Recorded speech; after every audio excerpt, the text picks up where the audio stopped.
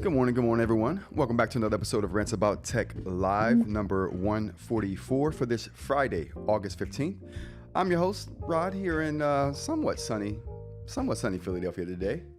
Here with some of my good friends, the people in the chat, the viewership, the co-hosts of the show. I appreciate you guys for being here today as well.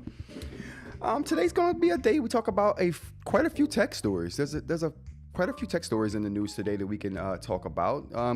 Going over a couple of stories we went over earlier in the week, the ChatGPT 5.0 woes, they continue, so we're going to talk about those. More offers for Chrome. Who knew? I thought Perplexity was a stunt.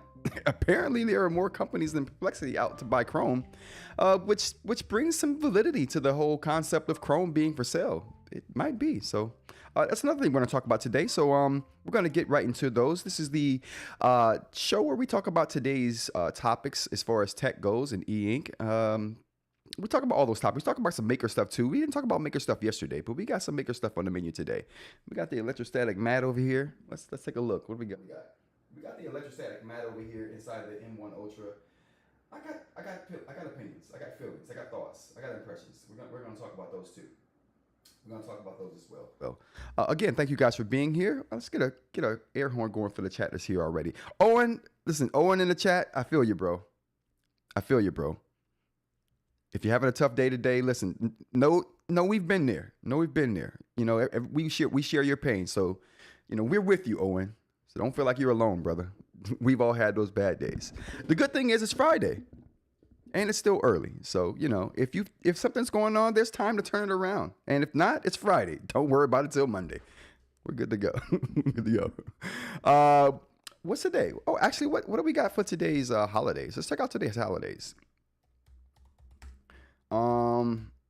I normally have these queued up, but let's see what we got for today's holidays. It's Girl Scout week. So this week was Girl Scout week. I didn't even know that. National Jewel Day. I'm not sure. Are we celebrating jewels? Is that a thing we do? We don't. National Good Samaritan Day. Listen, if you're a good person, now listen, okay? There's things to being a good Samaritan, right? The things you got to think about. Today is Be a Good Samaritan Day. But while you're on your journey, whoa, hold on. Chat, we got to get this. We got to fix this, chat. I can't. It had too much space up here. It was distract. Whoa, now we got too little space. Hold on, chat. Oh boy.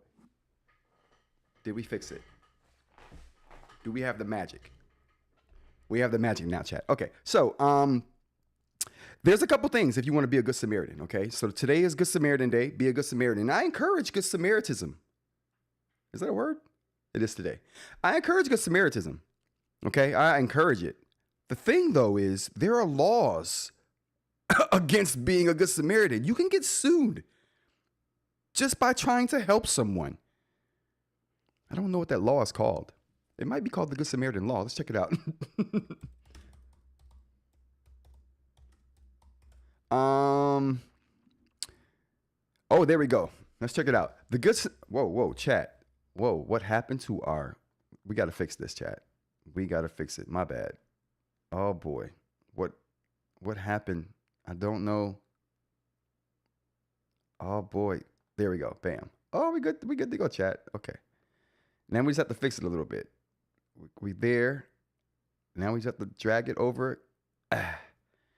We got it, chat. We got it. Okay, so Good Samaritan Law. Let's check this out because today is Good Samaritan Day. But if you're going to be a Good Samaritan today, there are things you should know. Let's talk about them. Good Samaritan Law is a statute offering legal protection to people who voluntarily provide emergency assistance to an injured person in good health, without expecting payment and without engaging in reckless or grossly negligent behavior. The purpose of the law is to remove the fear of legal liability that might otherwise discourage bystanders from helping in an emergency. They say that because people have been sued for being just a good Samaritan. So this helps you be a good Samaritan. While every state has its own version, these laws do not grant blanket immunity. They provide a defense against civil lawsuits or, in some overdose related laws, immunity from certain criminal charges as long as the helper acts responsibly and within the reasonable bounds of the situation. So keep that in good mind. Keep that in mind when you're out trying to be a good Samaritan, that there are people who sue you just for trying to help. But you have protection. You got laws. So, go out and do your thing today. What else we got here today? We have National Canine Veteran Day. Okay, canine veterans get a day. The police dogs, they deserve days too. All right, so those are the holidays for today. We got many more, but those are the big ones. Those are the ones that I liked anyway. Let's put it that way. Let's go ahead and move on to the tech stories of the day. Before we actually do that, let's hit the chat up. Owen.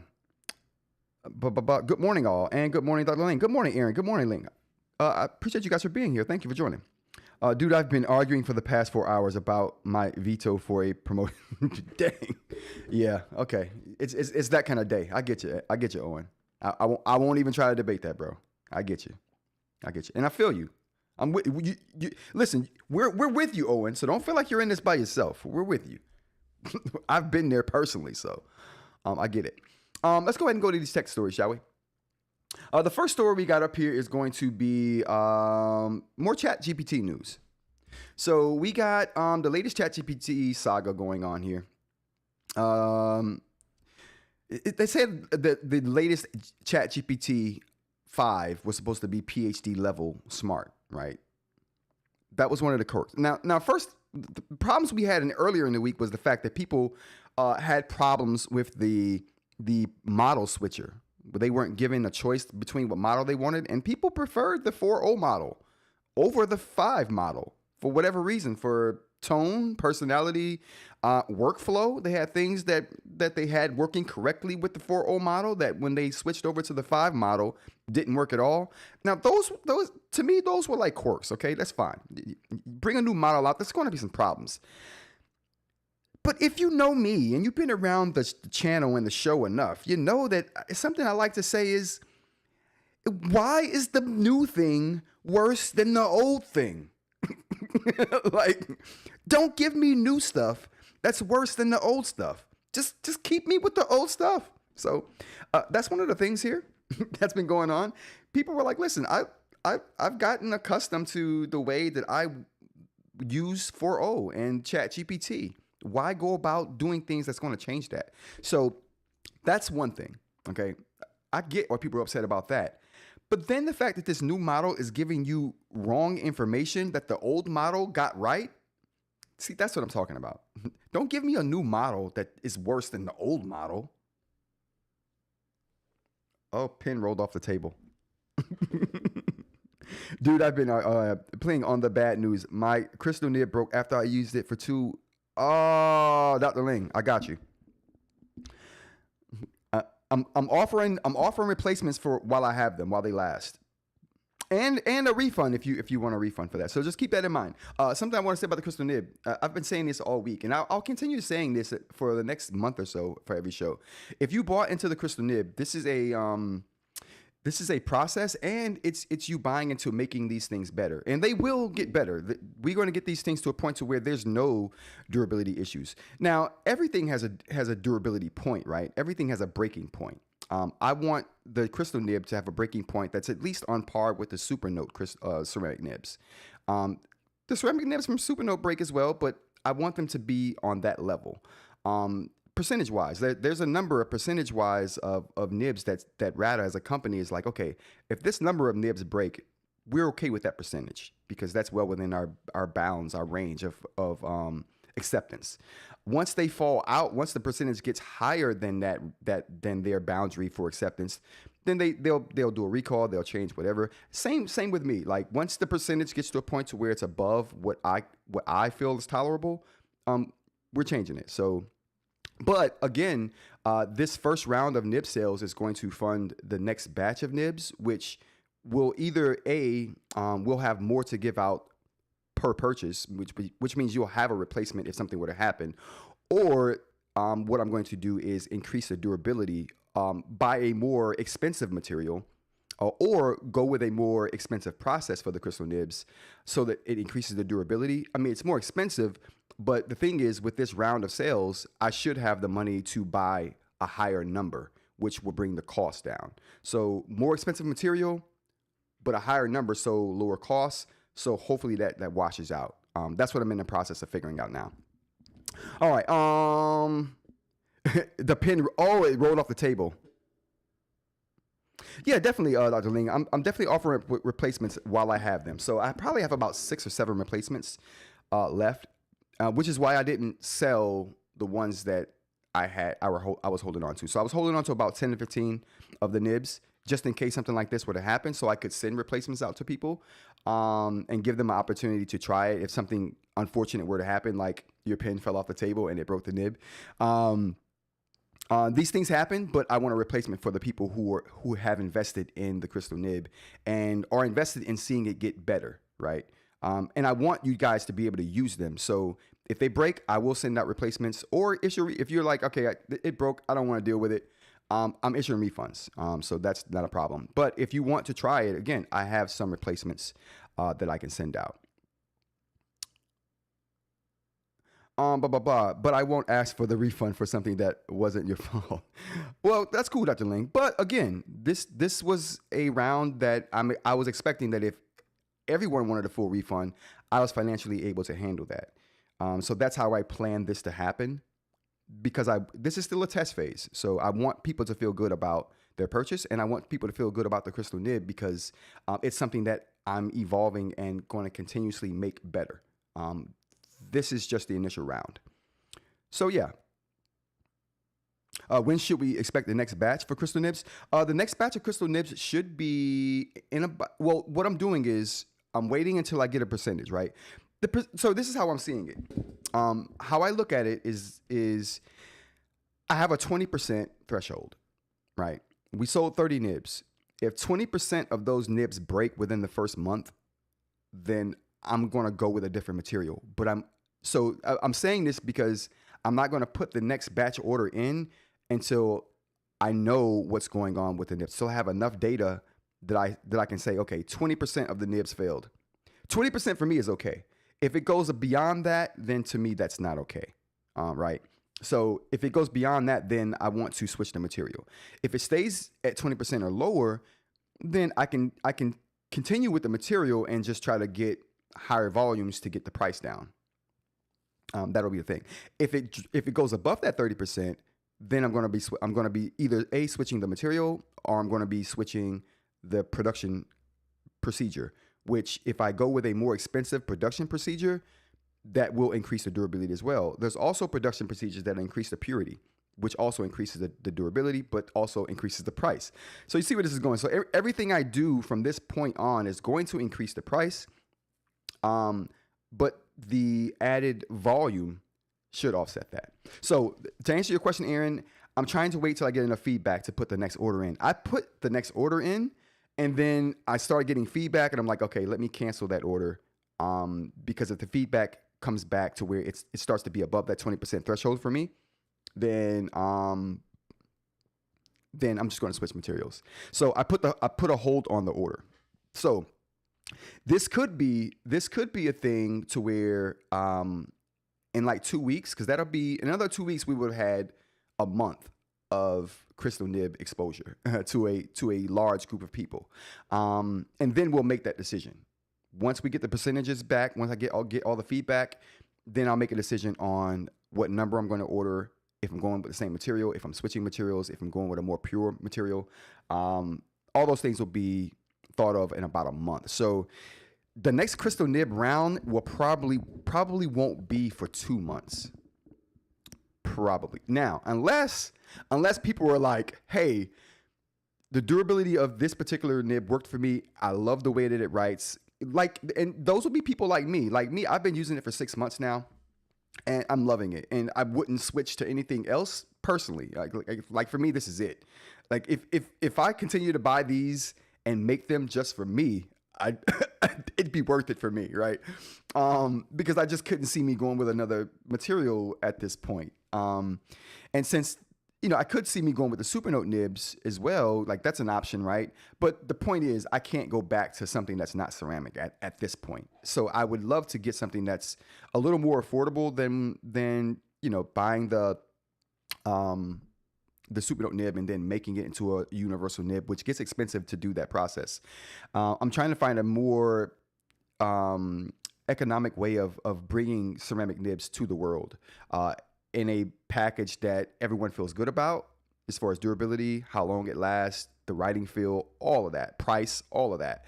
So, so it could be a month or two, Aaron. I'm not sure if that's a good answer or not, but it's the only answer I got right now. In the chat, we got, you heard that, folks, Rod has money. Let's, no. Rod doesn't have money. Rod has investments. That's it. That's all Rod's got is investments. But when you're doing something like this, you have to plan for the worst. And I'm someone who plans for the worst, the best, the middle, the worst of the worst, the worst of the worst of the worst. Like I have a plan A, B, C, and D. I don't play around. Like I got plans for every eventual outcome. One of those outcomes is if everyone wanted a refund. I'd be capable of doing that if everyone wanted that. And I would continue to invest in trying to make this the best it can be. So that's where I am. And that's where we are on the crystal nibs. That was a tangent. And Dr. Ling said, you the man. Thanks, Dr. Ling. I appreciate that. And like I said, I want everyone to be happy about this and feel good about their support of this particular product that I'm trying to bring to the world and make as good as it can be. All right, so Dr. Ling, what you used to do is shoot me an email. Shoot me an email letting me know that I said I was going to send you a replacement nib out. And also in that email, leave me your name so I'll know what person to look up in my customer log, and so I can get your address and all of that. All right, Dr. Ling, I appreciate it. All right, let's get back to this tech news. Brian says, reminds me of the Seinfeld episode. Brian, do tell. I love me some Seinfeld. And I love me some Seinfeld analogies. do tell. All right. So the thing I was saying about ChatGPT here is that I could see if it was I can see if the problems they were having was like the problems they were having early in the week. They released it. People just didn't like it because it didn't work with their workflow like the four old models did. I get that. Totally understandable. Not a big deal. That doesn't mean the model is trash, right? Now, we got evidence here that these models can't even discern states and names. Can we? Oh boy, can we? There we go. We got evidence that these models can't even discern states and names. So someone asked this new GPT-5 model to bring up in a list the first 12 presidents with their names below their picture. First of all, it got the number wrong. It displayed 9 presidents every time when they asked for 12. It got their pictures in some cases wrong. It got the spellings of their names wrong. Like, why is it worse? So we go on. More evidence of ChatGPT-5 not being as good as 4.0 as far as accuracy. Like, we're talking about accuracy here. And if you don't want your chatbots to be anything else, you want them to be accurate. All right. I first thought GPT-5 had got this right when I saw things like Tennessee, Mississippi, and my personal favorite, West Virginia. Please do not respond just saying the different typos to me. We can all read the joke. We all know about district. I don't know what that means. I do recognize the fact that ChatGPT-5 got the names of these things wrong. Let's look here. It got Pennsylvania right. There we go. Big up GPT-5. At least you got the most important thing right. Oh, here we go. Mississippi. That's interesting. Oh boy, I didn't want to do that. Yeah, Mississippi. That's interesting. What is this? Holy cow, did it get anything on the eastern seaboard right? They even got Pennsylvania wrong. Well, you know what? This is old. This is old. This is what GPT would do back in the day. Back in the day when chatbots couldn't write English, it would just be a bunch of gibberish. This reminds me of back in those days. A lot about those days. So let's look at some of the finer stats we got here for this particular story. We expected some bumpiness, according to this is a quote from Sam Altman. We expected some bumpiness as we roll out so many things at once, Altman said in a post, but it was a little more bumpy than we had hoped for. No crap, Sherlock. No crap. Restored access to GPT 4.0 to paid users only. So basically, one of the fixes they implemented for this was reintroducing the old models. So if you're a paid user for ChatGPT, you will have a drop-down menu where you can pick these older models, whichever one you were using in the past. Now, something I thought was interesting about this story was another story that Futurism wrote on this, kind of talking about what they thought were the reasons behind why ChatGPT 5 sucks so much. Now, I'm almost in agreement with this. I really am. So a lot of the things they were talking about in this particular article basically talks about how the models are used, or this particular model is a model that was designed to save OpenAI money. And they put up a couple of receipts here. Taking model selection away from the user and opting to have a auto selector that more often than not will choose the less costly model. So they're saying the reason why Chat or OpenAI put a automatic model picker in their new model was to save money. I get that, but that doesn't have to mean it's nefarious, right? If you're saying, all right, case in point, I will use the pro model for dumb things, like stuff I don't even need to use the pro model for. Just really dumb stuff. I'm like, how do you spell back catalog? I mean, that's not what I would ask, but I'm just saying that this is an example. How do you spell back? I'm on a pro model that takes 2 minutes to think about that and then gives me an answer, versus the quicker, less expensive model that could give me that answer in seconds without all of the compute power that the Pro model would have used to give me the same answer. So I get that, because a person like me, I won't switch between models. I'm like, whatever model I'm on, Pro model is the best one, I'm using that full time, even for dumb stuff. So I get them saying, well, people are using our most expensive model for dumb stuff that's costing us money when the dumb model would be good enough. You don't need the smartest model we have to tell you to name the 50 states. I know we have 50 plus, but let's keep it simple. To name the 50 states, just use a simple model. Don't use the Pro model. Save that for coding, for agents, agentic work, right? But you don't need it for that, I think, right? Anyway, so that's the thing. So a lot of people think that this particular model right here was just a model that OpenAI put out to save money. And their cost-saving techniques are cost-saving techniques, but that doesn't mean that that's what it was all about. Again, I didn't know this fact, but a pretty decent tidbit. A $500 billion company, which is what OpenAI is, still hasn't turned a profit yet.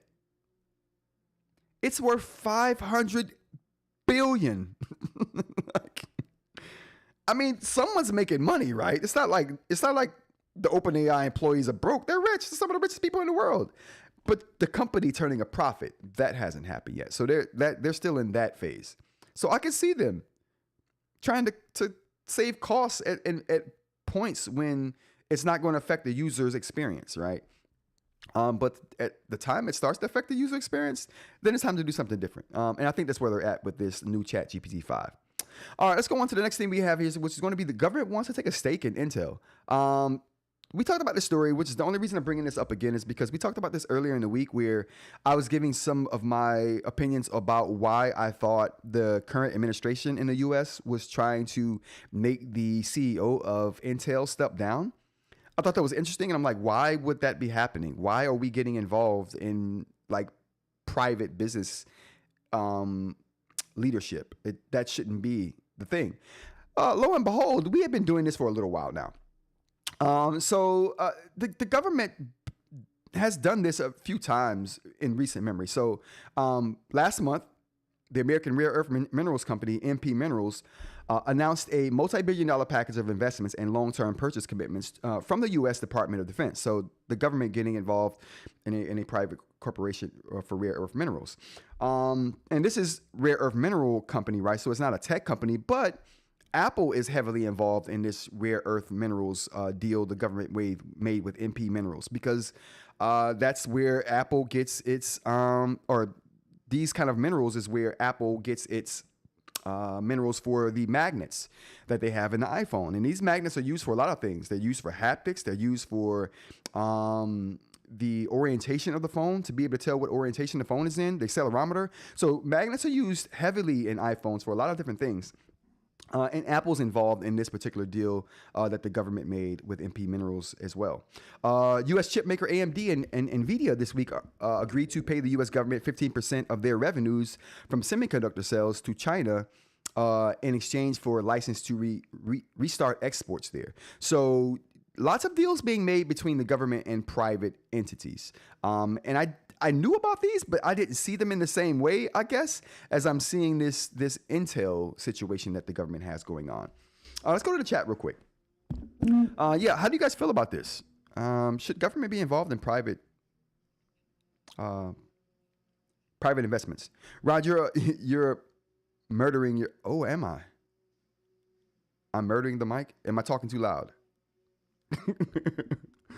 The minute you make cuts for tech's sake of efficiencies, you're going to screw the pooch. And given that they used to make $36 billion, they just made a $36 billion offer for Chrome. Okay, I got you. They have no excuse. And talking about OpenAI, Owen, definitely a good point. The other thing, yeah, they sure aren't investing in paying their employees enough wages. Yeah, I mean, I assume they were some of the richest people in the world. I did not know that they weren't paying their employees well. I just assumed they were. But I do know that the company as a whole isn't turning a profit just yet. And Let me know if the mic starts to clip. I got the headphones on today, so I can hear if things are going on in the background, because I typically won't have these on so I don't have to talk so loud. But when these are on, you know how it is. When you got headphones on, you talk a lot louder than you need to. It's just life.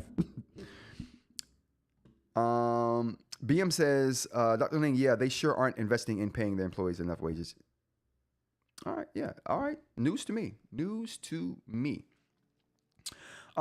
Yeah, so this White House intel thing. Let's finish up this story here. So, following a meeting between President Donald Trump and Intel CEO Lip-Bu Tan, and I talked about Tan and Trump's relationship earlier this week. Bloomberg reported on Thursday that the two sides are discussing an unusual deal, and I don't, considering what I just talked about and how the government's doing deals with other private entities, this doesn't seem so unusual, but whatever. And an unusual deal with which the government would pay for a stake in the company. The White House also wanted to help Intel follow through on plans to open a new U.S. factory facility in Ohio, which has been repeatedly delayed. I talked about that in the story I did early in the week too, and how I thought that was the biggest reason that Trump was asking the CEO of Intel to step down. That would have been because they were dragging their feet on the manufacturing and starting the manufacturing plant in Ohio. So, could this have been a play to jumpstart that, or to get them thinking, hey, listen, we need to jump on this manufacturing that we agreed to start, but they hadn't started yet. So that could be a play for the administration to get Intel to do what it wants to do, or do what it already agreed to do. Intel shares rose more than 7% on Thursday following Bloomberg's report about these talks. So it's doing Intel some good, raising their stock price, these government talks. Dr. Ling, got to head out, y'all. Have a great weekend. Have a great weekend, Dr. Ling. I appreciate you being here. What else we got here? Let's go on to the next story we got, which is going to be a story on Elon Musk's Grok. And how that's being perceived by the government. Now, we talked about how the government signed an executive order, or how the president signed an executive order to not ban chatbots, but make criteria for the government using particular chatbots. Like, chatbots had to meet certain criteria to be considered by the government, and that was an executive order that went out. Grok was one of those chatbots that met that criteria and had gotten a $2 million contract done with the government, but that contract seemingly been rescinded right now. So let's take a look at those details of that story. What do we got here? All right, so XAI gains $200 million government contract, then loses it. XAI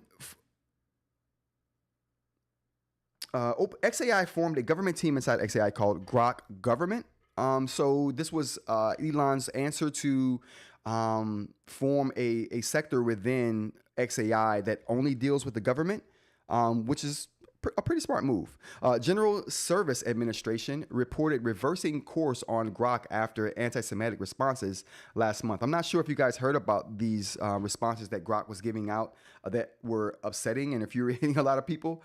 The General Service Administration, which is a section of the U.S. government, is the agency that was paying to, or set the contract, or accepted the contract with Grok for AI for the government.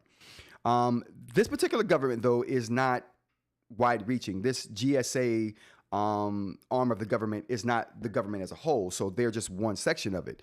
They've reversed course on using Grok for their purposes, but the government as a whole hasn't pulled back on Grok. So despite the GSA pullout, the military branch of the government seems poised to move forward with their use of Grok. So this pullback of Grok from the GSA isn't a total government pullout. It's basically just one section of the government, and most other sections, I think, from what I understand, are still going to be using Grok. So they lose $200 million in a particular contract, but they probably have billions in contracts with the government in other sections, in other arms of the government. Next, we have U.S. government agency drops Grok app. Well, we already covered that. Android police reports the battle for Chrome The battle for Chrome. Search.com raises stakes for a $35 billion buyout of Chrome. Let's go ahead and take a look at that story. So another company makes a bid for Chrome, and this company is going to be Search.com. So Search.com is offering $35 million, and this, unlike Perplexity, who offered 34.5 for Chrome. Unlike them, they didn't have the $34.5 billion or $1 million to put up to buy Chrome. So they went with a investment firm. They went through an investment firm and said, "Hey, we have 18 million on this. If we get the green light to buy Chrome, could you green light the rest of the funds for us, so we can buy that particular piece of property or IP?" They never qualified who these backers were. So Perplexity never said who was going to give them the remaining 15 point whatever million dollars. But Search.com is qualifying who they're going to get the money from. So it would seem that JP Morgan is going to be the backer for Search.com. Now, just JP Morgan being mentioned in this brings some validity to this whole thing, where Perplexity and whoever was backing them, I'm like, okay, just sounds like a publicity stunt for Perplexity. But Search.com, they don't need publicity, and getting backing from JP Morgan and being able to say that makes this super real to me. So I didn't think anything of the Perplexity story at all. This, though, could possibly happen. And even if this deal doesn't happen, it does mean that the buyout or the buying of Chrome is a legit real thing that people are trying to do. Because JP Morgan isn't going to put their name on a stunt. You know what I mean? They are all about real hardcore cash and business. So for them to say we will fund this acquisition is huge, and brings a lot of validity to the process. So some of the details of Search.com owned Chrome. This is something they put out in this particular article. So it would offer users cash back for using the browser. Super interesting. I don't know how they would go about do that. The article doesn't go into specifics about that, but very interesting. Very interesting. It would also it's also said that they would end the ad cluttered web experience. I'm all for that. Users getting paid, getting rid of the ads and the clutter on web pages. Okay. Plans to offer publishers revenue sharing, which has been a long-standing issue since the rise of AI tools. Right, because if AI is giving you the answers to things that they're surfing the web to find, what's the incentive for you to go to that web page and see the ad that they're hoping to make money off of? Right? So yeah, this is interesting. They have a plan for it. They have the money for it. They have the name for it. All of this seems super legit. So I'm super looking forward to this if they make it happen. Let's go to the chat real quick. Owen says, you really should go on a deep dive into zombie corporations. Well, I mean, what I know about zombie corporations is money laundering. So I'm well versed if it's money laundering we're talking about. Not that I launder money. I'm just saying I've done my research. Listen, I've been watching a lot of cocaine documents. And listen, I don't advocate the use of cocaine or any drug here. I'm just saying I've watched a lot of documentaries on the cocaine industry because it's super interesting. Though, listen, an origin story to me is the best. I can't get enough of an origin story. I don't care how interesting a topic is. It's nowhere near as interesting as that topic's origin story. Period, point blank. And the origins of the cocaine trade, oh my God, it's super interesting. I got on this because I just recently started watching Narcos. I didn't watch Narcos back in the day because I'm like, why is this interesting? Why would I want to see a documentary about the drug trade? Well, because it's educational. It teaches you history. It teaches you a lot about economics. It teaches you a lot about the world financial structure. Like, holy cow, you can learn a lot from a cocaine documentary. I'm just saying. I'm just saying. So anyway, that's where I learned about the zombie corporations, is in my research and doing research on the cocaine industry. Super interesting industry and how it got started. Like, the Narcos only goes back to who's the big guy? Not Chapo, not Chepe, not Pacho, not Peña. Who? I forgot the dude's name now. Escobar? Yeah, Escobar. Okay. Yeah, Escobar. It doesn't stop with Escobar. It doesn't start with Escobar. It goes way beyond and before Escobar. So, but the Escobar story is what everyone knows. So I had to go and do my deep dive about the whole trade before Escobar to find the origins, it's super interesting. If you haven't watched Narcos, check it out. It is like my advice, only check out and watch Narcos season 1 and 2. Don't waste your time on season 3. Okay? I did. And I regretted it. So don't waste your time on season 3. Owen says they really wouldn't have to do much to make Intel play ball. They're in so much trouble. They're talking about cutting SKU lines. Oh yeah, Intel's been in hot trouble, which is why they got this new CEO. Is recently Tan is recently taken over to try to turn the company around.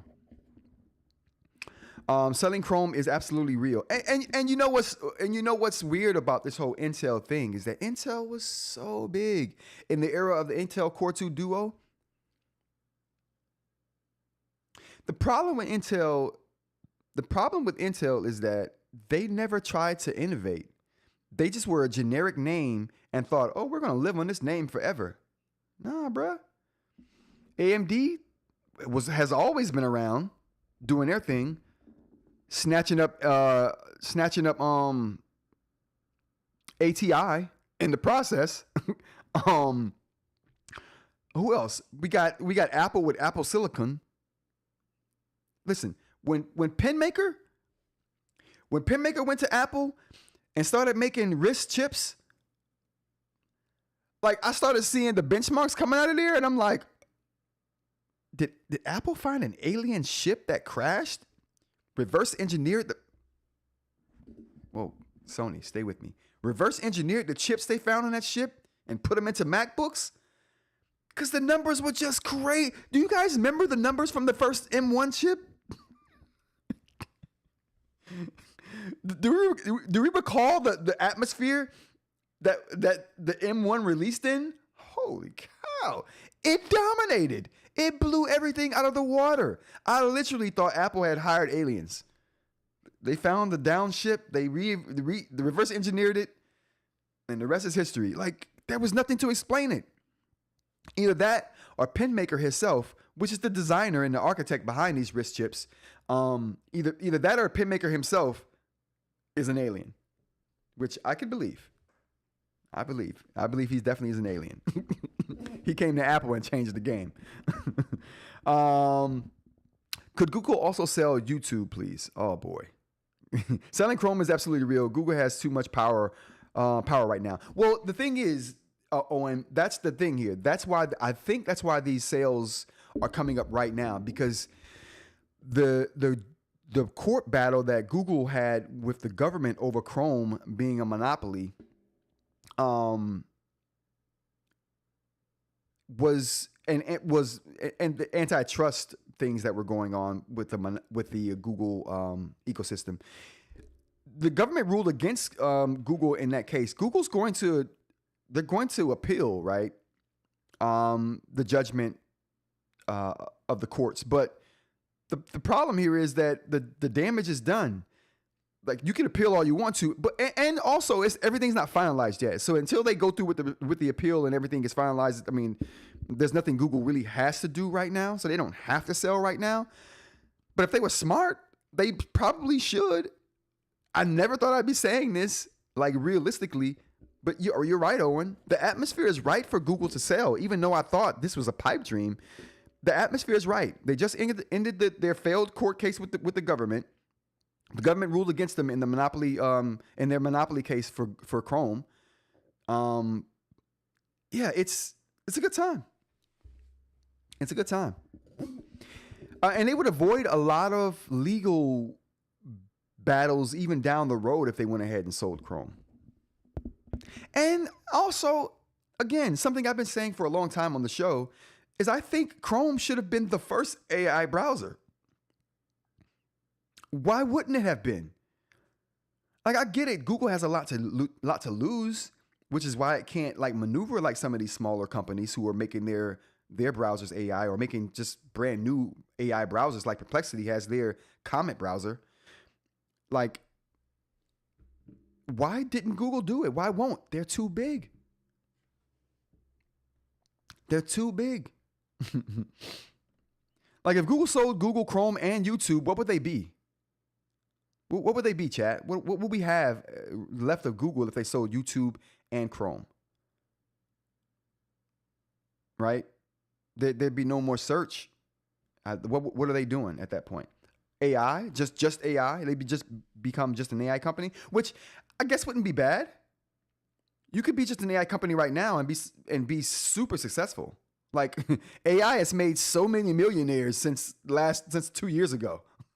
Like, there's been so many millionaires made off AI. More than any other industry, for sure. AI has made lots of millionaires. Let's go ahead and go to the next story we got here. What else we got? Let's go. Well, we're going to have to get through these next stories pretty quickly. Windows 11 August update fails to install on some PCs. Here's what you can do. So this is a story that came from PC World. And it's something that a lot of people are facing right now with Windows 11 and the update that was dropped on Tuesday. So here's some things. Here's short and skinny. We're going to get to the short and skinny of the rest of these stories. This week's mandatory Windows 11 update fails to install. Windows Update via Windows Server Update Services, WSUS, are particularly unaffected. So if you have WSUS and you install Windows 11 through that service, you seem to be able to install without any problems. This is for everyone else, essentially. If you have had this install of Windows 11 problem, the fix is to perform a known issue rollback. I mean, what do you want? Microsoft is going to patch this and fix the installation in a later update. But if you want this update now, the only ways you're going to have to be able to do it is through WSUS, or you, that's the only way you can do it. Is just do the rollback and do a WSUS install. So that's the way around this. If you are a Windows 11 user and you've been having this problem with the installation, I'm going to wait. I'm chilling. Next story we got up here is Insta360 Anti-Gravity A1 drone preview. So let's go ahead and talk about the details of this particular preview right here. And I'm interested in this because I love drones, and this is tech. Like, you got chip tech in here, camera tech in here, flight tech in here, 360 tech. This is awesome. Made by a spin-off team inside Insta360 called Anti-Gravity. So this Anti-Gravity A1 drone is made by Anti-Gravity, a spin-off inside the Insta360 company. Wrong one. Will come with 3 parts. So we see the 3 parts here in this picture. It comes with the drone, it comes with the headset, and the controller stick, which I'm told by the previewer here is more like a Wii U controller. So interesting. It's 249 grams.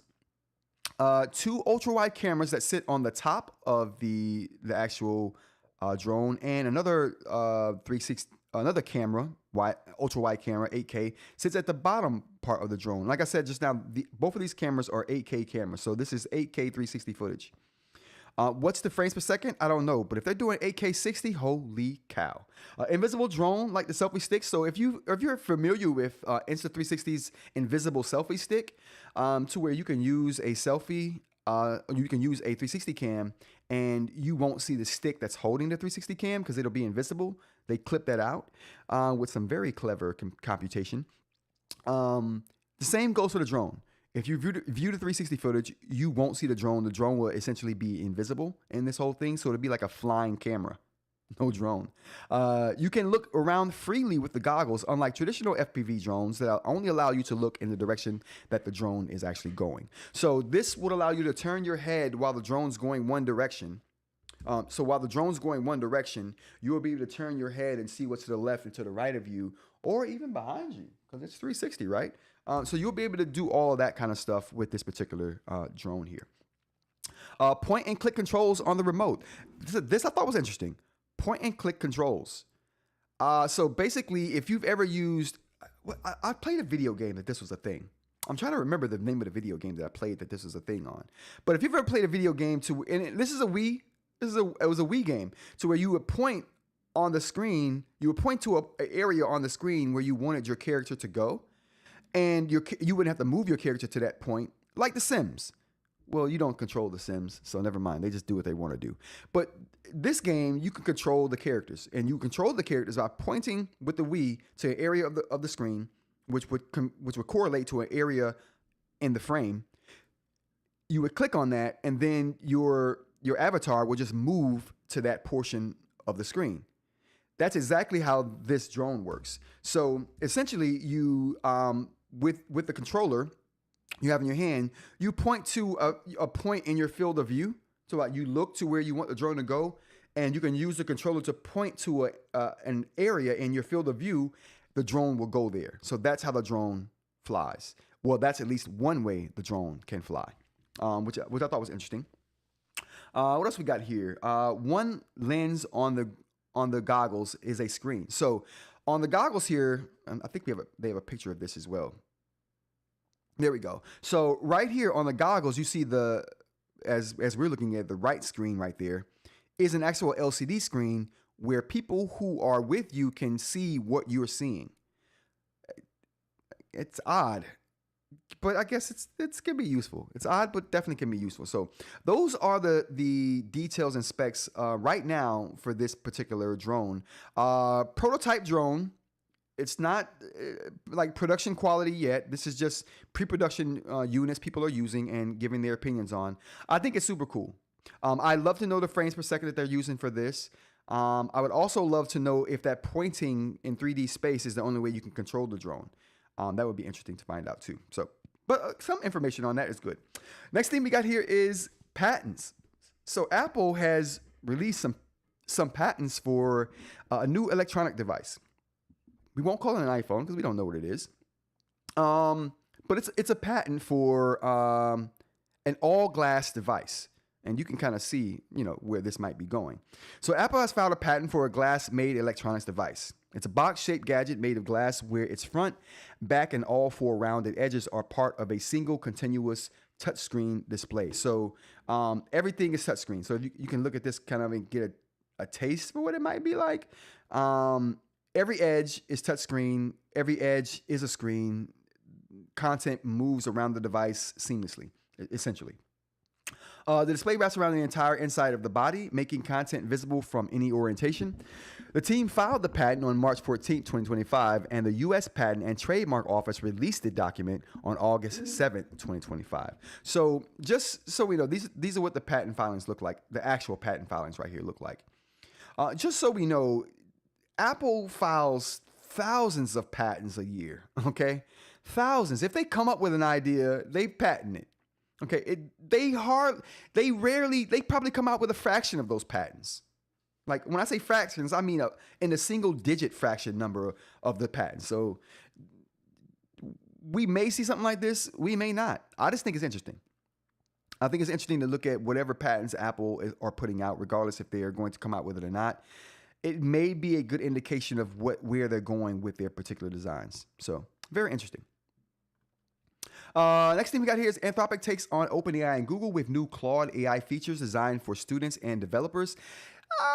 I'd go so far after reading this article as to say this is just for developers, a lot less for students. But let's go ahead and check this out. New learning mode in Claude guides users through challenging concepts with probing questions rather than immediate answers. Originally launched in April for Claude for education users, the feature is now available for all users through a simple drop-down style menu. So if you have Claude and you want to try this what they call the learning mode, that kind of walks you through the steps of solving problems rather than just giving you the answer. I think that's kind of cool. It's not new though. So this is something that's been out for a while. They're just giving access to it to more people. So yeah, if you're into Claude and you're mainstream, check it out. Nextly, we got up here. Now let's just check this out. This is a World Humanoid Robot Games in China. Okay. Oh, there we go. So this is interesting to me because I heard about this story a few times and I wasn't going to talk about it. Okay, here we go. I wasn't going to talk much about it, but after seeing it, I'm like, yeah, I have to take a look at this and talk about it a little bit. So we're going to take a look at it real quick and give me your thoughts. What are you thinking about it?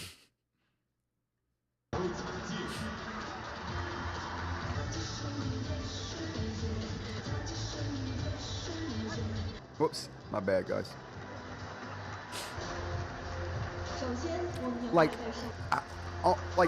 I never would have imagined something like this would take place in 2025. 2035, maybe. But okay, yeah, they're definitely. I thought that blue robot was going to like hurt that red robot. I thought he was looking to like suplex him. Like he looked down at that red robot like, bro, it's time to end your life now. Okay, what are we doing here? Boxing robots. Boxing robots. Chat, like racing robots. Okay, that's cool. Now that I can see. This though, I have no clue. What is this? The end of the movie? Everyone comes out and sings a song together. Oh boy. Okay, so that is. Let's close this down. That is. What do they call that? The robot, or in the World Humanoid Robot Games. There we go. The World Humanoid Robot Games. What do we think, Chad? We interested? We compelled? At all on this? Could Google also sell you? Oh wait, we already got that. Aaron, how's it going? Aaron says, I don't know what all this glass device is, but I want it. Agreed, Mr. Media, says she. Well, you know what? That is, if you want that, that is the way Apple is going, 100%. If you think, you know what? Let's check this out. There was a Glass Mirror episode, or Black Mirror.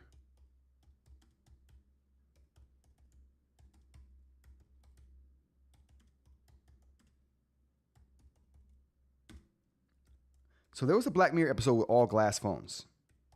I'm not sure if you guys watch Black Mirror. Super interesting. There isn't a Black Mirror episode specifically about the entire history of you. Yep, the entire history of you. Maybe.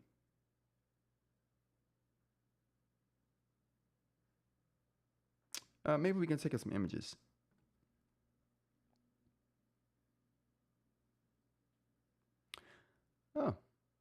Oh, there we go. I think this is it. Nosedive. Nosedive.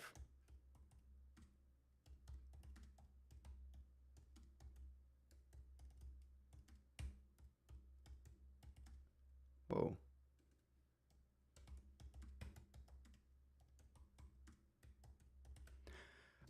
There we go. So this is the future I imagine Apple going with. Like, if you've never seen this Black Mirror episode, definitely check it out. It's called Nosedive. But this particular episode it's about a whole bunch of stuff, like social media in the future and how it's going to affect our lives and shape our lives. But the devices they were using, all of them were the same. Everybody had the same device, and it was a glass device like this here. But it was all glass. It wasn't the way they were using it in the actual film. It was all glass, front and back. Super unique though, and I could see Apple doing something like this and taking their there we go, and taking their iPhone to that level of all glassness. Aaron says these are the robots they want us to see. Wow. Well, you know what? Their robots do way better than this. Unitree has robots that are amazing. I don't know who made these robots for these games, but it wasn't Unitree, because Unitree makes some really good stuff. Really good stuff. All right, what else we have here? I think that might be it. Yeah, that might be it on the tech news. Let's go ahead and get to the maker stuff I want to talk about. So we're going to talk about the electrostatic mat that I unboxed yesterday. So I did an unboxing video of the electrostatic mat for the xTool M1 Ultra, and I have a couple of opinions about it. So let's go over here to the bam. All right, I hope you guys can hear me. I hope this is coming through pretty good. So this is my M1. This is my M1 Ultra here. Can I sit down and do this? I may be able to sit down and do this. Oh yes, I can sit down and do this. Okay, so this is my M1 Ultra here, and this is this is cat hair here that I'm trying to keep off, that I can actually pull off, because if I were using the regular, can we pull this out here? Oh yeah, we can. So, whoa, we don't need this. Okay, so this is the normal bottom that will go in this device, and this is the actual mat with the adhesive on the front and the back for it. And if anything gets under here, it's just going to stick to it. Cat hair, dirt, debris, paper, whatever, it's going to stick to that. This is supposed to solve that problem, but also still allowing you to have things stuck onto it. So let's go ahead and turn this on. Can we? All right, there we go. So now that this is on, well, see, I can clean this off. So all of the lint and cat hair that has gotten on this, I can literally take this film off right here, just kind of like, let it fall off, and not even have to go in here and clean stuff, but things are going to get in there anyway. Let's go ahead and put this back in there. So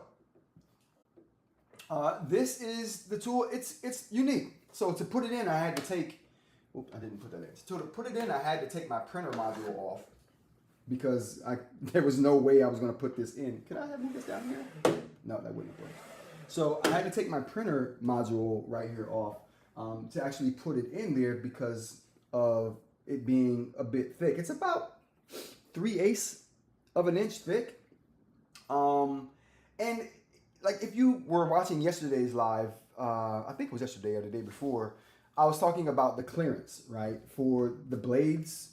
So I had to buy more blades, and if you can see this is the package of more blades I bought, because the blade was coming across the actual surface and didn't have enough clearance when I was trying to cut poster board to make it, and that like basically broke the blade off as the blade was trying to go over the get to the right point to go down to.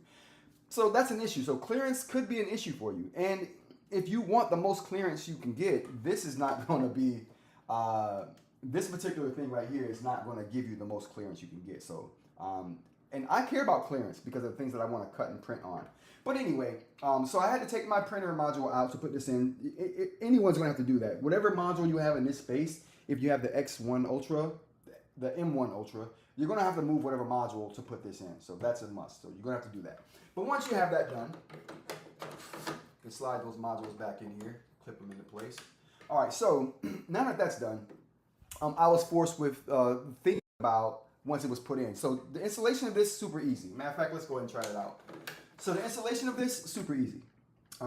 There's 2 screws down here. Let's see if we can see these. Can we see those screws? There we go. So there's 2 screws. One's right there and one is up. One's right there. Those are the 2 screws right there. And once you take these 2 screws out, these 2 screws hold in the metal base, and they hold in this electrostatic base as well. So you pull those out. You pull your metal base out, and then you have, oops, there's also a clip here. Can we see this? There's also a clip right there that you have to put, that you have to put into your system in order to give it power. So that has to be unplugged before I take this out, but not a big deal. Not a real big deal. Let me get it back over there. There we go. So let's go ahead and take the plug off here as well, and then we can lift it out. So putting this in is not hard at all. It's really simple. You take your metal base out, just like I just took this out. You're gonna have that module spot clear, and then you can slide in you'll do electrostatic mat into place like I'm doing here. You put the screws in, really simple.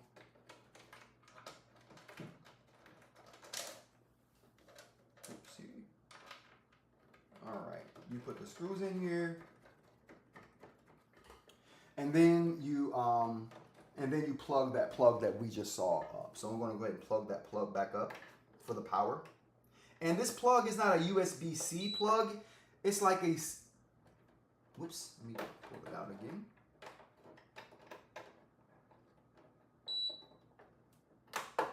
Okay, so this plug is not a USB-C plug. It's like a serial cable of some kind. I've never seen the kind of plug that this particular thing uses, but it's just to give it power. You won't be using it for anything else, so I guess it really doesn't matter. Now, this particular tray has a spot for your printer ink pad here, and it also has a spot for your printer cap that's also sits in the slot, right? Can we see that? It sits in that slot right there. So, can we get this a little more? Perfect. So it sits in that slot right there. Bam. But we want this on here for now.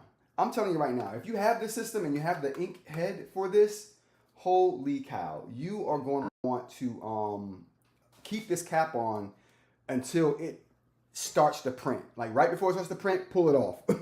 Because if you leave this cap off for 5 minutes, even 2 minutes, this thing is going to dry out and you're not going to get good printing. So something to keep in mind. But anyway, now we're putting this back on. Put that down there so it stays in place. Now, I don't know if you can see this here, but there isn't a lot of clearance between this printer head and this particular mat. Now, that's one of my biggest gripes is the clearance. I don't know how that's going to affect me with printing because I haven't used it to do any printing or cutting or anything like that yet. I've just been testing it with materials, which is what I'm going to do now. So what I want to do now is just show you how it works with using a few different materials here. So we're going to use some paper. We're going to use a piece of paper towel. And I think we'll use some vinyl. I have some vinyl over here. We'll use some vinyl as well. So, and a box. We'll use a box. I got a box here. We'll use that to see how it works. Now, I've already tried this, but we're going to try it for the live demo so we can see how this works. All right, first of all, let's see how many people are still with me. Are you still with me, chat? Are we still here? Oh, we got a few people. Okay, we're still here. Hey, if you're liking the content, hit the like button. If you want to see more of it, hit the subscribe button. We're here Monday through Friday, 10 a.m. to kind of whenever. Okay. Back to the iPhone. All right. So, just to start off, so this button right here is the power button. When it's white, it's in standby mode, letting you know it has power. If it's yellow, it's not connected to the xTool at all, so you want to make sure something's not connected improperly. And by connected improperly, I don't know what that would mean because there's only one it's only one cable, so whatever. The green means the electrostatic absorption is active. So let's go ahead and put some paper there. So right now, you can see I can move around the paper really easily. It's just, I can probably blow it. Yeah, I can blow the paper off, right? Let's go ahead and turn on the electrostatic charge and see how it holds it. So now the electrostatic charge is on, and you can see here, I can see that it started to pull the paper down, and it left some air bubbles that I'm going to like smooth out. Can I smooth those air bubbles out? Yeah, so I was able to smooth those air bubbles out. But as you can see here, you can't move the paper now. It won't move. What else? I could pull a piece of the paper up, right? And well, actually, let's do it over here. You can pull a piece of this up, and that's hard to do too. And pull it, and it's got a pretty good grip on this. You know what I mean? If I were to pull the paper up a lot and pull it, it would just come off. But if you're just pulling on it, it's gonna stay. So it works as advertised. Well, let's see if it pulls that down. Oh boy, nope. So if you bend that, it's not gonna hold that down there. You may have to get some paper to do that there, but it works. It works. Let's try out some Velcro. That's paper. Let's do the Velcro here. So we throw the Velcro down. power button. Okay, so here we're seeing another limitation of this particular piece of tech is that if you got rolled pieces, just like we saw with the paper not too long ago, it's not going to stick like it's supposed to. So what I'm going to do is roll this the opposite way and see if it flattens that out a little bit. Let's see here. I doubt it.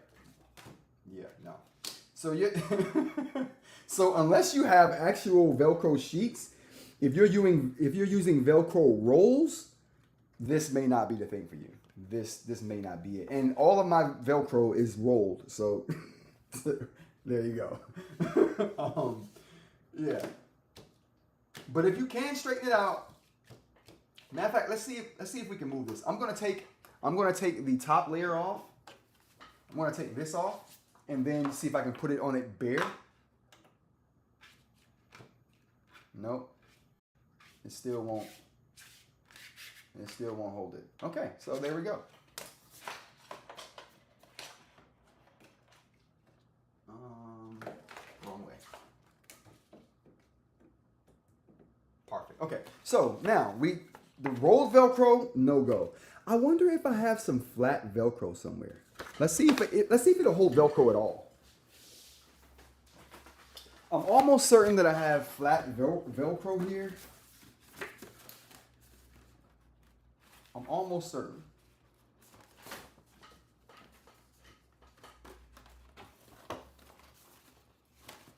Oh, is this it? Nope, that's not it. Oh boy. All right, you guys. I do not have a flat piece of Velcro. I do have a smaller piece though. Let me put it over there. I do have a smaller piece. It's still rolled, but let's just see if it works. No.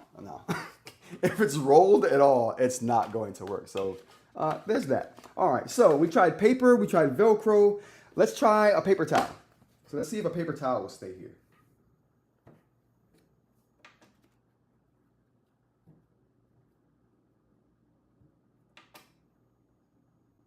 Okay, so I saw that as soon as I turned the power on, it kind of pulled the paper towel down a little bit, but it ain't holding it in place. You can feel that there's some force there, like it's not just as willy-nilly as if it was if I didn't have the power on.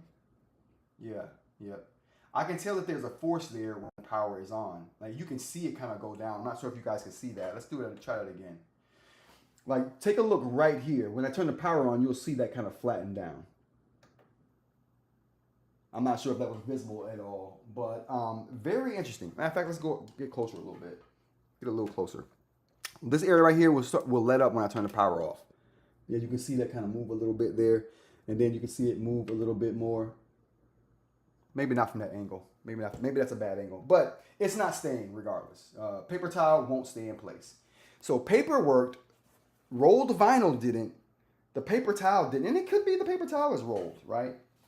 Maybe you need unrolled stuff for this thing to work.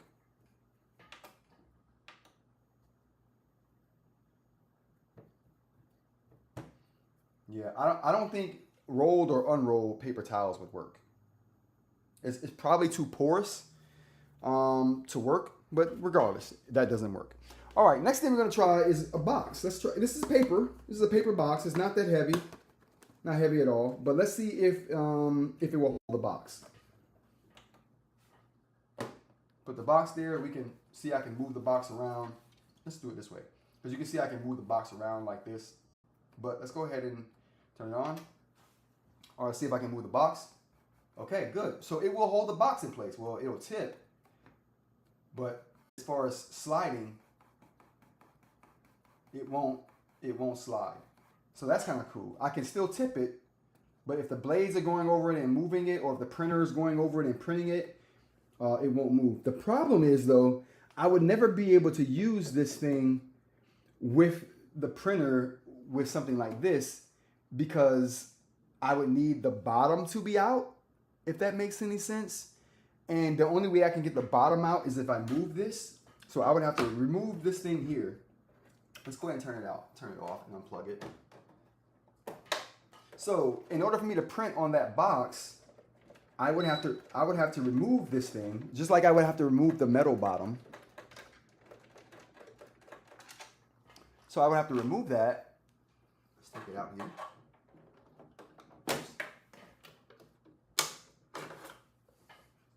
So you see everything you have to do to remove this when you want to do something else. It's a lot more involved than your normal setup would be. So in order for me to print on the box, I would literally have to move that out of the way, use my metal rack down here with the adhesive, put that on here, stick it there, then have my printer head here, right? Because now I have enough room for the printer head to go over. Before, if I had that electrostatic mat in, it would be up too high and there would be no clearance for the printer to go over the box. So in looking at this particular piece of tech here and looking at the electrostatic mat for the M1 Ultra,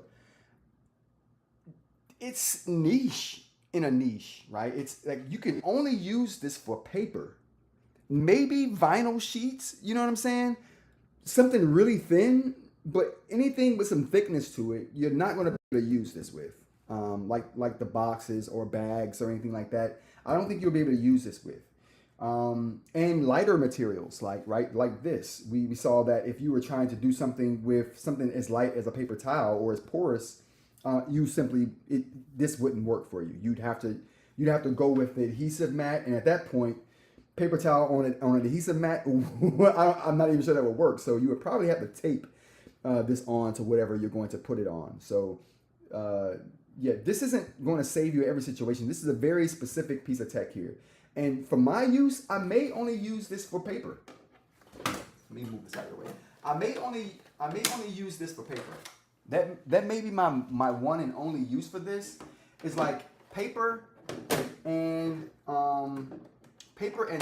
sticker paper would probably what I would only use this for. Because those things are super thin. They have some density to them, right? So I can put it in here and expect this electrostatic charge to hold it in place.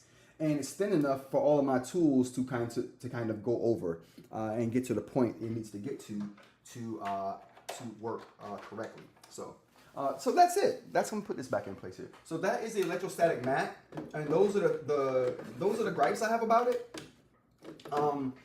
Is it cool? Yes, very cool. Is it going to save you money on buying replenishing mats? No, because you're still going to need mats. You know what I mean? And on top of that, you're still going to have to buy these clear mats. You're still going to have to buy these clear mats to protect this electrostatic mat. So you're going to still have to buy a consumable part of some kind and more consumable parts if you have this. So whereas I thought this would be a replacement for my adhesive mats, it's not a replacement for it. It augments the use of the adhesive mats and gives you a better surface to do some things on, but not all things. All right, and that's it. I hope you guys enjoyed that little demo. I certainly did. Put the headphones back on. I enjoyed the little demo. Let's go to the chat. All right, so let me get to the chat. Oh, Jay came through. How's it going, Jay? Good morning. What do we got in the chat here? Sherry, how's it going? Hello from Missouri. Hello, Sherry. I didn't get to the chat for a while, you guys, because I was giving a live demo. And I can't see the chat when I'm doing a live demo. I need a live demo ringer, or maybe I just keep my phone with me with the chat so I can see it. My bad, chat. What I'll do next time I do a live demo, I'll have my phone with the chat on me so I can actually see the chat. And maybe you guys have questions about that you can ask while I'm doing the demo, and I can see that. But let's get through the chat that I haven't seen yet. These are robots they want us to see. I think it's the last chat I saw. Menef, welcome for coming. Just bought a dual nib from Lamy. I haven't seen the dual nib from Lamy. Oh, the one that has the ceramic and pin? or stylus, tip, and pen.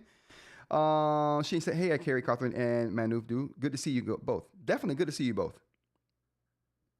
Good morning. Just out of a meeting, and what's going on? We're AJ. We're just doing the maker section. Yeah, I was just talking about the electrostatic mat here and how I thought it would be a replacement for the adhesive mats, but it's just an augmentation. You still are going to need the adhesive mats for sure. At xTool, he could 3D print the perfect stylus for the Supernote crystal nib. I could. You know what's funny? So let me just show you guys some prints, some pictures that I took the other day. I wanted to take a video. So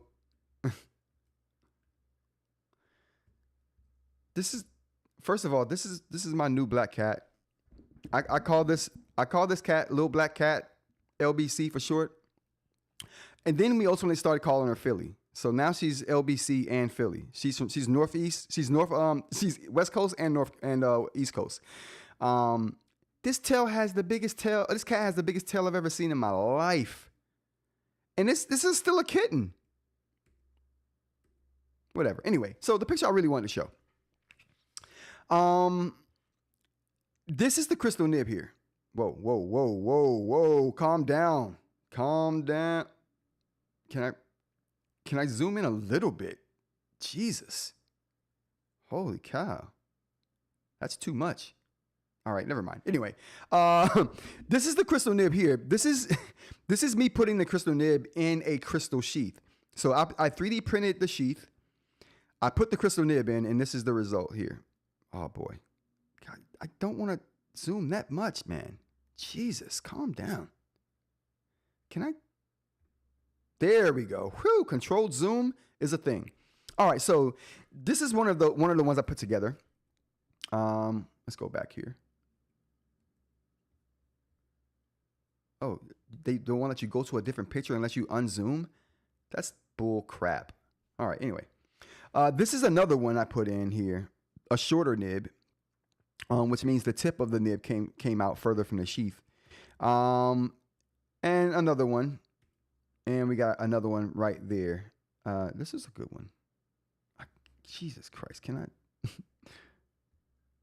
There we go. That's a good zoom. Okay, so I'm having success with making these, and I've made a few different colors. I showed on live. I had 3 different ones. I'm not sure where that's at now. So I showed on live that I had like 3 different ones, 3 different colors. Oh, here we go. I made white, clear, and black. Oh, here we go. Let's show these right here. So we have white, clear, and black over here. Move these out of the way. Can we go down? Oh boy.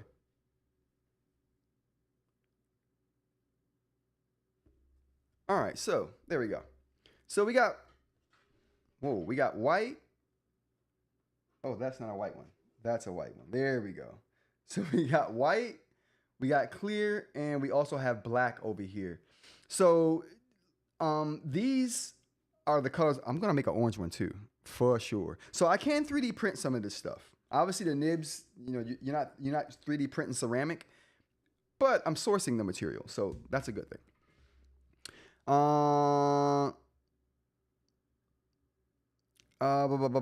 So much drama in the LBC. Absolutely so much drama in the LBC. I think Rod and Amy have 4 cats now. Yep.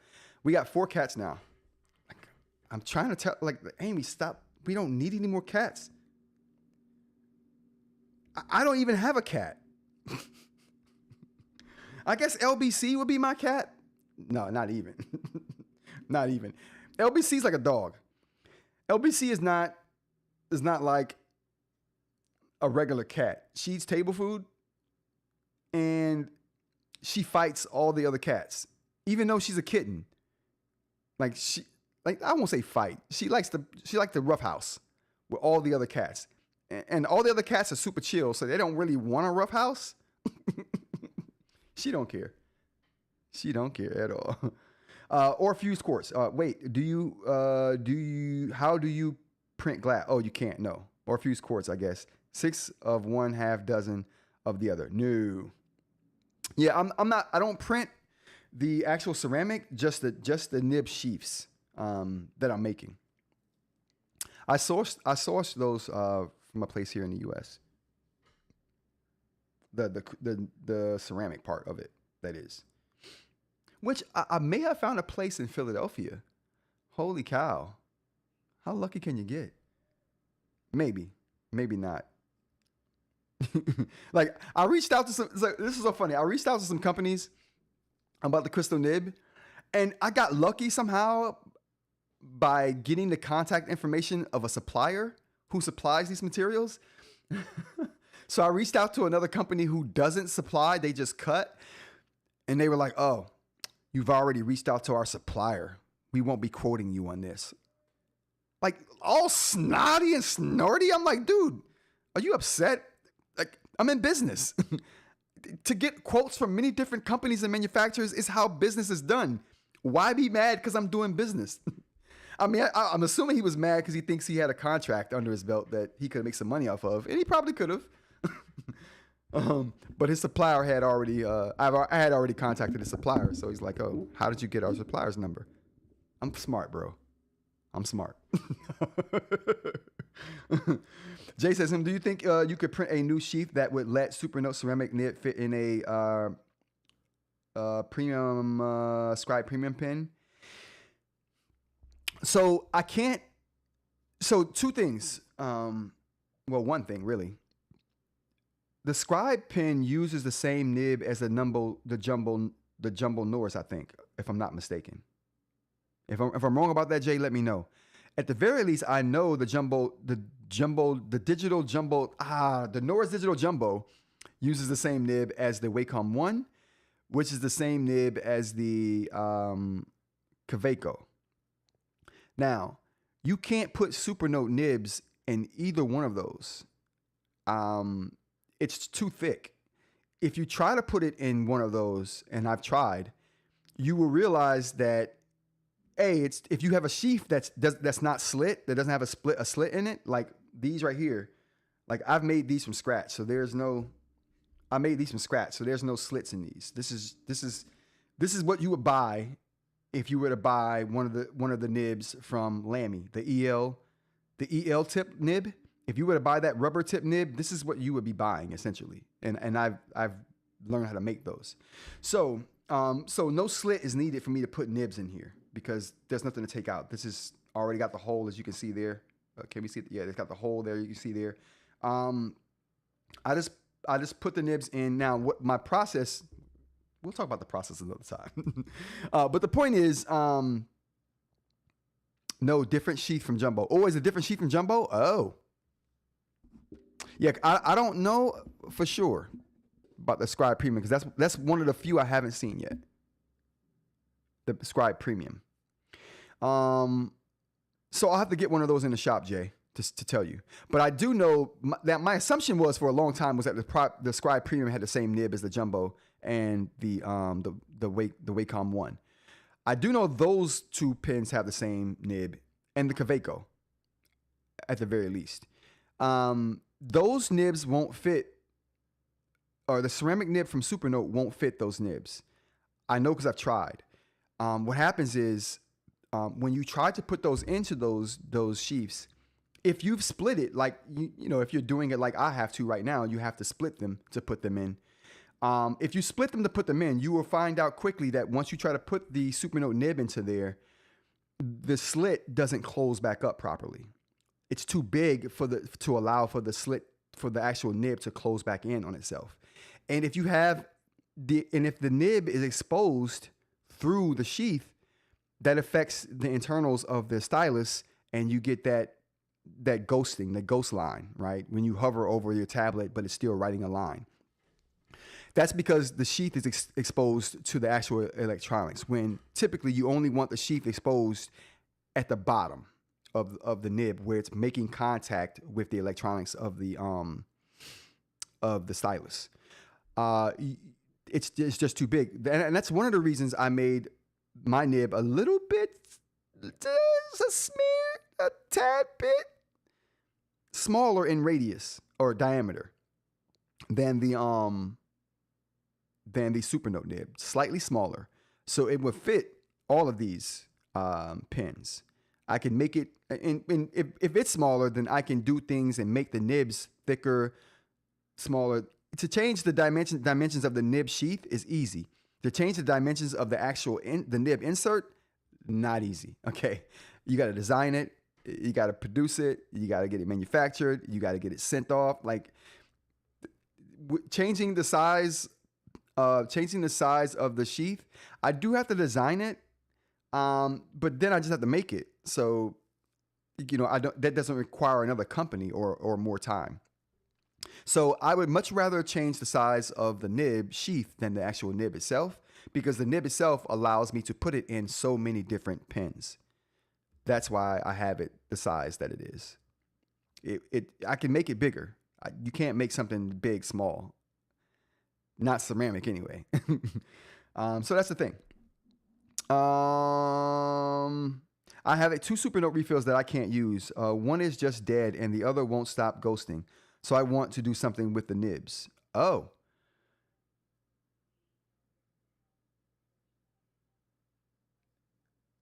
Dude, send them to me.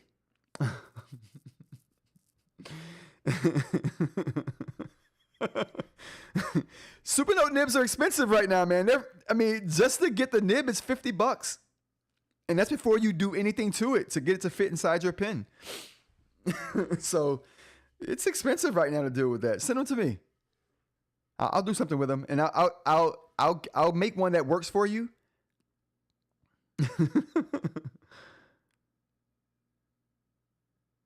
What is more aggressive, scratchy, if you push too much? A metal nib, or crystal? Well, the crystal nib will break before you can break your device. Like, put it that way. You won't break your device with the crystal nib. Jay's proven that plenty of times. He pushed really hard with his crystal nib, and it broke the nib, not the device. Yeah, Jay. I'll make you something that works. If you send them to me, Jay, and I'll send them back to you. I'll send one back to you. One will be my cost. Supernote nibs are at a premium right now, bro. Specifically, I used on other devices than Supernote.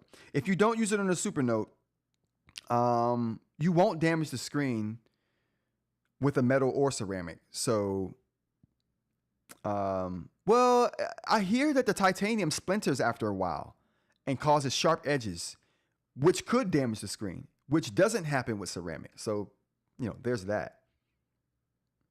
Jay says, no, that's fair. I appreciate that, Jay. All right, what else we got here? What else are we talking about? We talked about the M1 Ultra. Oh, it's eInk talk. Let's get to the eInk talk. All right, so it's the eInk section of the show here. And the eInk section of the show today is just Reddit. We're going through Reddit today. We're going to do Reddit Q&A today, you guys. You ready? Let's do it. Reddit Q&A. We got all right, Supernote. Whoa, no. Supernote has the Samurai. I have the Shogun Ti. Oh, what's this?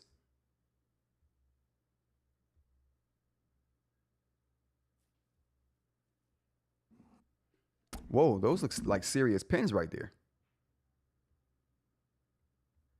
This isn't a question though, so let's go on to the questions. Thinking about buying a Remarkable Paper Pro, what do I miss without the cloud? Okay, let's look at it. All right, so Remarkable Methods templates, unlimited cloud storage, create edit entries via app, 3-year warranty. That ain't it. You can't even sync and back up your devices. That's my thing. Without Connect, you can't sync your devices if you have more than one. And you can't, and they won't back up to the remarkable cloud servers. So that's the drawbacks. Other than what they have right here. Anybody think of anything else, chat? I haven't had titanium do that at all. Now, I don't know that happens to titanium because I haven't used titanium long enough for it to happen to me either. This is just what I read, Jay. I have never had that experience, but this is what I read from people who've used titanium for a long time. Manife? If I'm saying that wrong, Manife, let me know. Jay, are you sure? Ghostwriting is because of the nib? Maybe recalibrate.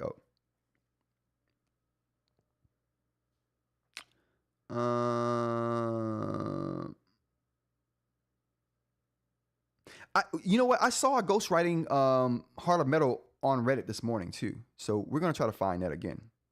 So anyway, those are the drawbacks of not having Connect. Have a look at Boox products and Supernote before buying Remarkable. Yeah, that's one up that one right there. That's a good call. All right, what else we got here? eInk or stay with iPad Mini for a full year abroad. eInk. What do we say, chat? eInk or iPad Mini? I say eInk for sure. Split screen updates. Any updates on when split screens came out? Reading lots of textbooks. What do we know about split screen? Is split screen coming to the Supernote? I don't know if split screen is even coming to the Supernote.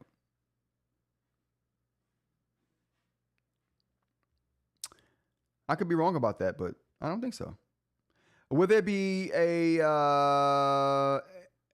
FW 4.1 for Note Air 2? Absolutely not.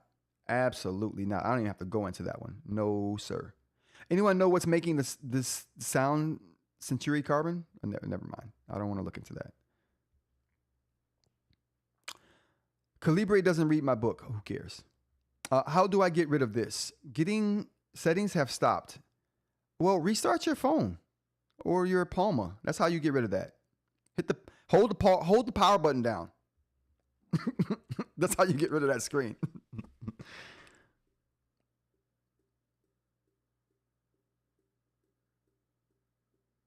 Split screen is on the Supernote Kanban, I think. Really interesting. Okay, so when I guess the question, when is split screen coming to Supernote? It already has. It already has. Are you sure, Jay? Because I've never seen split screen on the Supernote. Where do you find this split screen option at, Jay? Jay says Note Air 2 got 4.0, so 4.1 was not out of the question. I think 4.1 is out of the question because of the features they're adding to it. Just like people were like, oh, the Note Air 4C got widgets. They should bring widgets to the Go 10.3. No, never going to happen. The hardware won't enable it. Even if it did, the experience would be so terrible you wouldn't want it.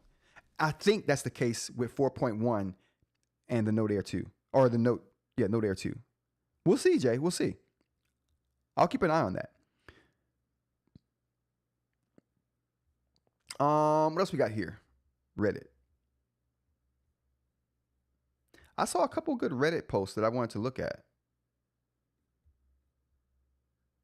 Ooh, what's the longest print you've ever done? My prints are in the millimeters, bro. I don't do long prints at all.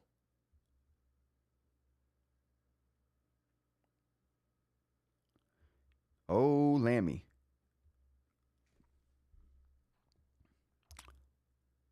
What is that? AI. Okay, no doubt. I can't find the ones I was looking at earlier, chat. I had some queued up. I should go to my history and find the ones I had queued up. Okay, help needed. Here we go. This is a problem we could probably solve here, chat.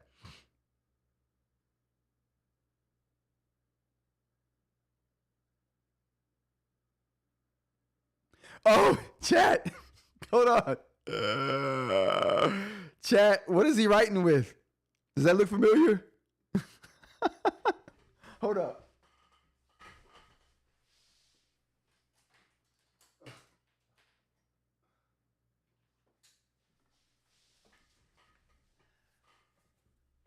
Hold up, hold up.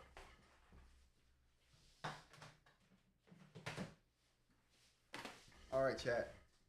I swear I was the first one to do this. We're going to iterate. We're going to reiterate.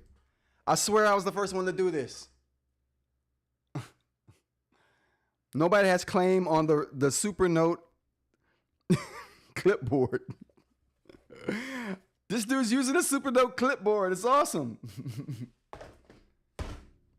Nothing gets better than that. Nothing gets better than that. Look at this. Oh, this is great. I don't know what's going on with him though.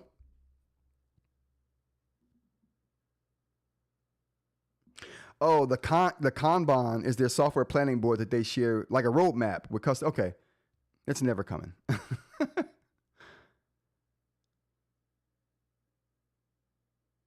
I'd say that portion of his screen is just broken or damaged. It'll be interesting to know if he could write on it though. I don't know what that would be. I have never had that happen.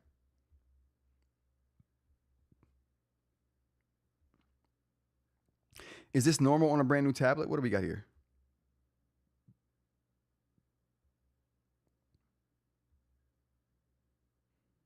This dude is seeing ghosting and is like, is that normal on a brand new tablet? Of course. It's just ghosting. It's just ghosting, bro. Has anyone answered that question yet for him?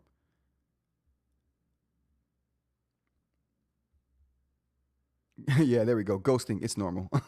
It's a feature of eInk. Okay. All right. What else we got here?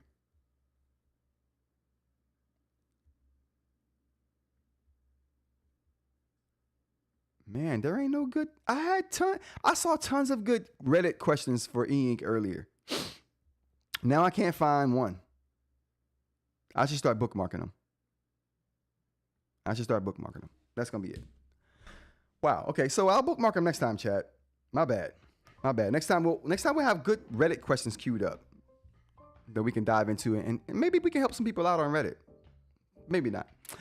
Thank you guys for joining me. I appreciate the chat for being here. Jay, She Inc. We got Aaron was in the building today as well. Thank you for joining. Manife, thank you for joining. Sherry, appreciate you. Who else we got here? We got BM in the building today. Dr. Ling was here as well. Owen as well. Thank you. I appreciate you for being here. And I think that's it. If you were here, thank you for joining. If you're just watching, I appreciate you just watching. Go ahead and like if you like the content. Go ahead and subscribe if you want to see more. If you want to continue any of these conversations with some people, me included, down in the Discord, we have a link in the description of this video where you can get to the Discord, join our Discord. I didn't do the call-in section today. With 2 hours, I probably could have.